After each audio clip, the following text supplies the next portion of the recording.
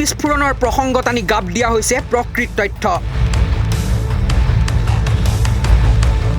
বিশেষজ্ঞৰ বিস্ফোৰক ভাষ্যই উদঙাইছে উজনিৰ জলপ্ৰলয়ৰ ৰহস্য। শিৱসাগৰৰ সংহাৰী বানৰ বাবে জগৰীয়া কোন?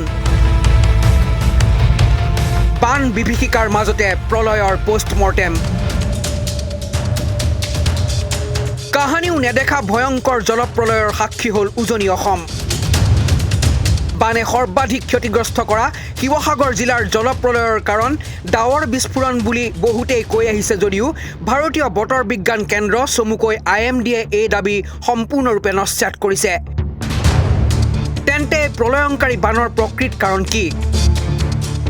বিশেষজ্ঞসকলৰ মতে অবৈজ্ঞানিক আন্তঃগাঁথনি, দুৰ্বল মথাউৰি আৰু জলাশয়ৰ ধ্বংসযজ্ঞইহে অসমত এই ভয়াৱহ পৰিস্থিতিৰ সৃষ্টি কৰিছে। অসম আৰু নাগালেণ্ডত যোৱা কেইদিনমান ধৰি হোৱা নেৰানেপেৰা বৰষুণ আৰু বানপানীয়ে জনজীৱন সম্পূৰ্ণৰূপে ব্যাহত কৰিছে। বহুতেই ইয়াক ডাৱৰ বিস্ফোৰণ বা ক্লাউড বাৰ্ষ্ট বুলি অভিহিত কৰিছিল। কিন্তু বতৰ বিজ্ঞান কেন্দ্ৰই স্পষ্ট কৰি দিছে যে এয়া কোনো ডাৱৰ বিস্ফোৰণ নহয়। সোণাৰীত এদিনত 190 মিলিমিটাৰ বৰষুণ ৰেকৰ্ড কৰা হৈছিল যদিও উত্তৰ পূৰ্বাঞ্চলৰ বাবে এনে বৰষুণ অস্বাভাৱিক নহয়।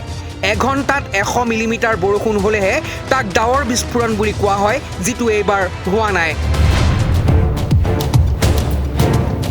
IMDৰ দাবী অসমত কোনো ডাৱৰ বিস্ফোৰণ হোৱা নাই। কেৱল বৰষুণেই বানপানীৰ একমাত্ৰ কাৰণ নহয়। তেন্তে ইমান ভয়াৱহ বানপানীৰ প্ৰকৃত কাৰণ কি? বিশেষজ্ঞসকলে আঙুলিয়াই দিছে ৰাজ্যৰ আন্তঃগাঁথনিৰ ফোপোলা স্বৰূপটোলৈ।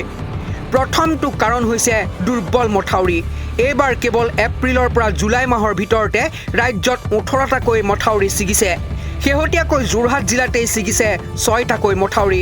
উপযুক্ত মেৰামতিৰ অভাৱ আৰু নিৰ্মাণৰ ত্ৰুটিয়ে ইয়াৰ মূল কাৰণ বুলি ধাৰণা কৰা হৈছে। দ্বিতীয়টো ডাঙৰ কাৰণ হৈছে অবৈজ্ঞানিক পথ নিৰ্মাণ। শেহতীয়াকৈ নিৰ্মাণ কৰা বহুতো পথৰ উচ্চতা বৃদ্ধি কৰা হৈছে আৰু ডাঙৰ দলঙৰ সলনি সৰু কালভাৰ্ট ব্যৱহাৰ কৰা হৈছে। ইয়াৰ ফলত বানপানীৰ স্বাভাৱিক সোঁতত বাধাৰ সৃষ্টি হৈ পানী ওলাই যোৱাত পলম হৈছে। তথ্য অনুসৰি বানপীড়িত জিলাসমূহত কেইটামান দিনৰ ভিতৰতে 58টা পথৰ বিস্তৰ ক্ষতিসাধন হৈছে। ইয়াৰ লগতে প্ৰকৃতিৰ ওপৰত চলা মানুহৰ অত্যাচাৰো এই বানৰ অন্যতম কাৰণ। শিৱসাগৰৰ পানীদিহিং পক্ষী অভয়াৰণ্যৰ দৰে গুৰুত্বপূৰ্ণ জলাশয়সমূহ ক্ৰমান্বয়ে সংকুচিত হৈ আহিছে।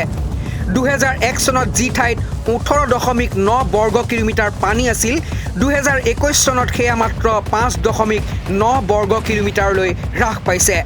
জলাশয়সমূহ ধ্বংস হোৱাৰ বাবে অতিৰিক্ত পানী জমা হ'বলৈ ঠাই নোহোৱা হৈছে। ইপিনে নাগালেণ্ডত হোৱা ব্যাপক বন ধ্বংস আৰু অবৈধ কয়লা খননৰ সৈতেও ভৈয়ামৰ শিৱসাগৰত হোৱা বানপানীৰ সম্পৰ্ক আছে নেকি, সেই লৈও প্ৰশ্ন উত্থাপিত হৈছে।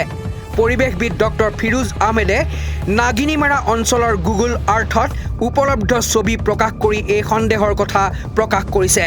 প্ৰকৃতিতকৈ মানৱসৃষ্ট কাৰণেই যে অসমৰ বান সমস্যাক অধিক ভয়াৱহ কৰি তুলিছে সেয়া এতিয়া স্পষ্ট।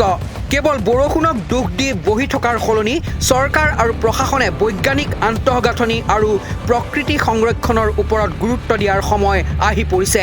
অন্যথা প্ৰতি বছৰে অসমীয়াই এনেদৰেই যে দুৰ্ভোগ ভুগি থাকিব লাগিব তাৰ আশংকা নুই কৰিব নোৱাৰি।